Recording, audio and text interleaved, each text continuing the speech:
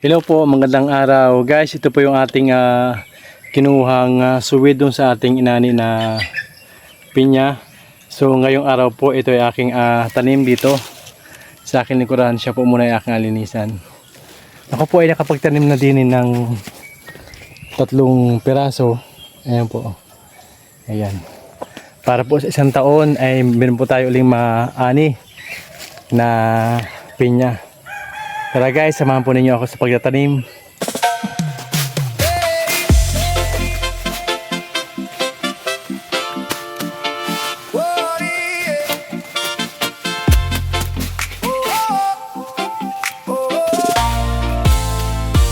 Ako si Kuya Neil mula sa Marinduque, isang simpleng magbubukid sa bukid ay lumaki. Pawis ang puhunan, araw-araw ay kayod para sa pamilya kong siyang lakas ng loob. Sa bawat pagsikat ng araw, ako'y nagsisikap. Kahit hirap ang buhay, hindi kailanman umatras. Pangarap ko'y maitaguyod ang mahal ko pamilya, at mapagtapos ang mga anak sa pag-aaral nila. Kahit maputik ang daan, tuloy lang ang laban. Bawat butil ng pawis ay pag-asa ng tahanan. Balang araw aanihin ang pangarap na tunay, dahil ang pagmamahal kailan may hindi mapapantayan. Ako si Kuya Neil, isang magsasakang tapat mula sa Marinduque. Pangarap ko'y hindi kukupas.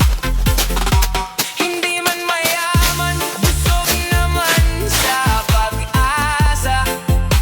Ang Diyos ang gabay sa bawat umaga. Habang may lakas at tibay ng puso, hindi susuko para sa kinabukasan ninyo. Kahit maputik ang daan, tuloy lang ang laban. Pamilya ang inspirasyon sa bawat hakbang. Darating din ang araw na tagumpay ay aanihin. Pangarap ng isang magbubukid habang buhay na iingatan.